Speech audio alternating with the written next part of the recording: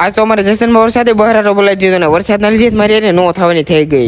આજ તો સવારમાં ઉઠીને ડાયરેક્ટ બાગડતી આવી ગયું શૂટ એન્ડ શેરવાનીના શોરૂમે. કેમ કે છોકરી વાળાના કરમ હાજા થઈ ગયા ને અમારે વિકાડોની હગાઈનું નક્કી થઈ ગયું એટલે એની માટે કપડા સિલેક્ટ કરવા આવ્યા છીએ. વિકાડોની હગાઈનું નક્કી કર્યું એમાં તો આને ક્યાં હરખ નથી, આમાં તો ઠામુકો ઉભરા મારે છે ઉભરા.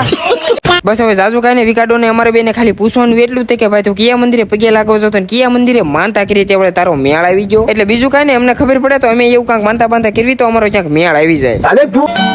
પછી બીજા દિવસે વહેલા 9 વાગે સેકન્ડ થઈ ગયો નાઈ ધોન ડાગલા રેખો તિયા ને બાગડે બળદે ડાયરેક્ટ આવી ગયો ગાડીમાં ભૂપુરાવા. ગાડીમાં ભૂપુરાવીને કીધું હવે બાગડે પોસા પગે ઉપડી જાવ દુકાન બાજુ. પણ દુકાને પોગતા પહેલા કીધું આખા ગામમાં બધી નજર મારતો જાવ કે અમારે જસદણમાં વરસાદે કેવો કોળી બહારાટો બોલાવ્યો છે. નાના એમ તો અમારે જસદણમાં વરસાદે હારી પેટનો બહારાટો બોલાવ્યો છે. કેમ કે અમારે જસદણમાં નાળા બાળા સલકાઈ જાય ને અમારે જસદણની ભાદર નદી હાલતી થઈ ગઈ છે. પણ મને આ બધું જોઈને એવું લાગે છે કે મારી દુકાન મોરી હારી પેટનો વરસાદ આવી ગયો લાગે છે. કેમ કે દુકાન મોરી તે મોટું જબરું તળાવ ભરાઈ ગયું છે. વરસાદ એનું કામ કરે અને હું મારું કામ કરું. હરીશ મારા સપરી જો આઈફોન ને દેખાડો કરી દે. વધારે પડતું તે વરસાદ એનું કામ કર્યું કેમ કે દુકાને ઘેરે આવતો કાં તો મને પલાળી નાખ્યો.